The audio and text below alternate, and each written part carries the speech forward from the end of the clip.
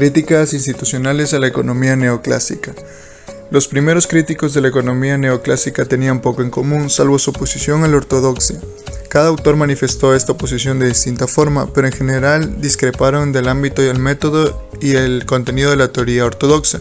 Rechazaron la idea de los economistas ortodoxos de que en una economía de mercado hay armonía y de que en ella sea una política correcta. Entre sus principales críticos está Veblen, quien predicó el método científico y a su vez de sus escritos era impresionista. Este enseñó a Mitchell que practicó la ciencia, pero también enseñó que era reacio a llegar a conclusiones teóricas a partir de los datos recogidos. Hobson, al igual que Commons, ejerció una notable influencia en la política económica, pero sus aportaciones teóricas fueron dejadas en gran parte de lado durante casi un tercio del siglo, hasta que otros miraron atrás y reconocieron el valor de sus ideas. Críticas de Veblen a la teoría neoclásica. Veblen y el capitalismo. La dicotomía, la clase ósea, la estabilidad y la tendencia a largo plazo del capitalismo, la aportación de Veblen, Wesley Clare, Mitchell, John R. Commons, el legado de Commons y las ideas económicas Commons. Las críticas austriacas a la economía neoclásica y debates sobre el socialismo y el capitalismo. En el capitalismo son los individuos que los toman en gran medida las decisiones económicas en su papel de consumidores, propietarios de factores de producción y gestores de empresas. La evolución del pensamiento austriaco. Los primeros miembros claves de la escuela económica austriaca son Menger, Wissing y Bauer. Menger se considera uno de los fundadores del pensamiento neoclásico, con su énfasis en el utilitarismo y el valor determinado por las opciones subjetivas. Socialismo y libertad. Socialismo y libertad es un proyecto socialista que sugiere que el socialismo de mercado permitirá que el consumidor sea libre y pueda elegir la ocupación en una.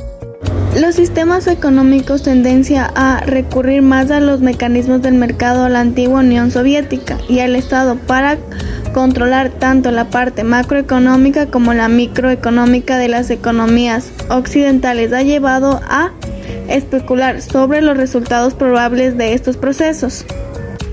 Bueno, yo les voy a hablar acerca del desarrollo de la teoría microeconómica moderna, es decir, la evolución de la teoría microeconómica desde la neoclásica hasta la moderna. Empezamos con el alejamiento de la economía marshalliana. Esta economía se dio en la década de 1930.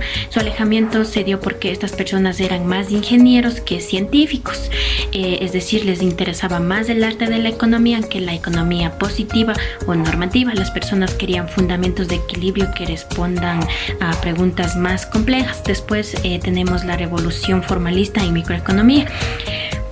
La investigación formalista reformuló la microeconomía y la convirtió en una estructura matemática dependiente de Walras. Esta revolución formalista hizo que el enfoque marshalliano tenga su fin en la década de 1930. Después tenemos las batallas por los enfoques formalistas.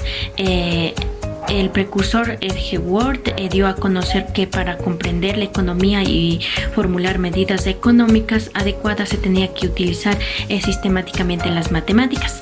Después tenemos al famoso precursor Paul Samuelson. En 1935 adquirió conocimientos matemáticos y desarrolló artículos que estaban aplicados con las matemáticas en las teorías microeconómicas y macroeconómicas.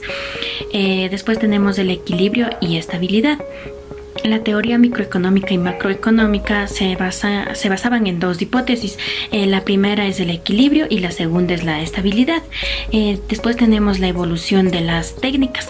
Para analizar los modelos, la microeconomía utiliza la teoría estadística aplicada de la decisión, que es una mezcla de estadística, teoría de la probabilidades y la lógica. Después tenemos Milton Friedman y el enfoque microeconómico de Chicago.